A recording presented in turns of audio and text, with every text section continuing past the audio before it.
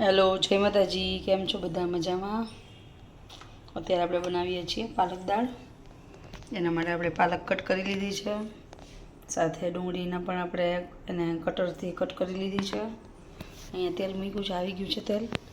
અહીંયા દૂધ ગરમ થાય છે અને આપણી દાળ અહીંયા બફાઈ ગઈ છે તુવેરની પાલક દાળ માટે. એ પણ રેડી છે. હવે આપણે આનો વઘાર કરી લઈએ.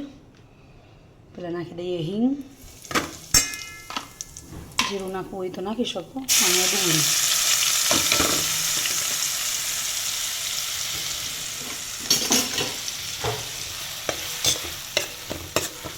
ડુંગળી આપણે કટ કરીને આપણે એમાં એડ કરી દીધી છે.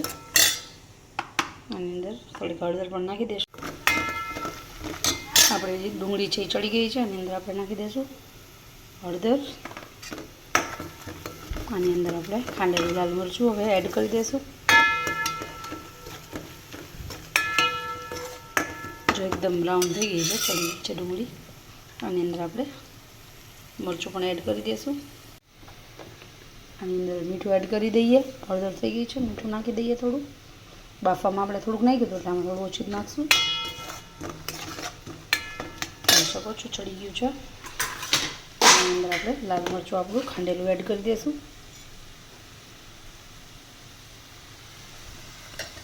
જેવું તમારે સ્પાઇસી જમી શકતા હોય એ પ્રમાણે તમે એડ કરી શકો. વધારે નાખવું હોય તો, કેમ કે હજી આની અંદર દાળ આવશે, પાલક આવશે.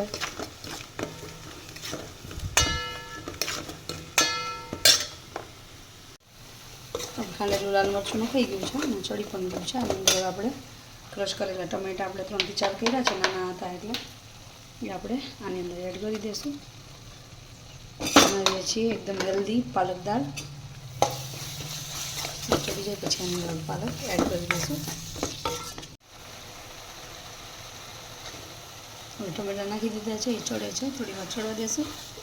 પછી આપણે આની અંદર પાલક આપણી એડ કરી દઈશું અને એને પણ થોડી વાર માટે ચડવા દઈશું.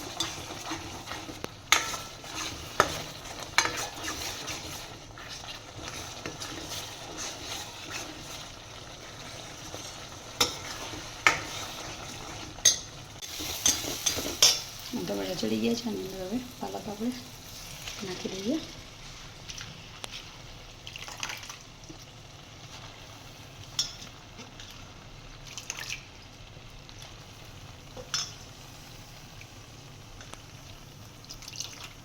આની સાથે ખાવા માટે રાઈસ બની ગયા છે. પાલકને આપણે ધીમા તાપે થોડી વાર તળવા દઈશું, નહીં ચડવા દઈશું. ચડી જાય પછી આપણે આની અંદર દાળ લાસ્ટમાં એડ કરવાની રહેશે અને થોડોક નાખશું સાંભાર મસાલો. બીજો કાંઈ મસાલો આપણે નથી નાખતા, ખાલી હિંગ જ નાખીએ છીએ વઘારમાં. એટલે ઉપરથી સાંભાર મસાલો નાખશું અને તેનો ટેસ્ટ મસ્ત આવે છે. જો આખું લોયું ભરાઈ ગયું છે, હમણાં એકદમ ચડી જશે ને એટલે બેસી જશે નીચે, ચડી જશે. એમ પાણી છૂટું પડશે.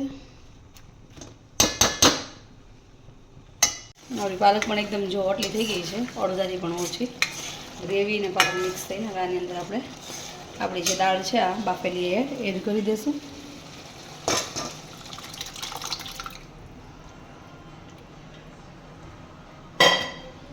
મિક્સ કરી દઈએ અને જેમ ઠંડી થશે ને એમ ઘાટું ઘાટું થતું જશે. આની અંદર ઉપરથી આપણે કોથમીર નાખી તો કોથમીર અને થોડીક અમથી જે ઓલો સાંભાર મસાલો છે થોડોક એ નાખી દઈશું. મસાલો થોડોક એડ કરી દઈશું. એનો ટેસ્ટ બહુ મસ્ત આવે છે. જેની અંદર આ થોડુંક ઉકળી જાય ત્યાં સુધી આને રાખવાનું. છલકાઈ છે, સાચું થઈ ગયું છે. આની અંદર આપણે લીંબુ એડ કરી દઈશું થોડું. 3 ટમેટા નાખ્યા છે પણ થોડીક ખટાશ ઓછી લાગે છે. જો આપણી પાલક દાળ મખની જેવું લાગે. પાલક દાળ આપણી રેડી છે. અને આની સાથે આપણે બનાવ્યા છે રાઈસ. જીરા રાઈસ પણ બનાવી શકો સાથે અને પ્લેન પણ રાખી શકો, જે ભાવે એ. પછી અમે આની સાથે રોટલી નથી બનાવતા, બધાને રાઈસ સાથે જ ભાવે છે.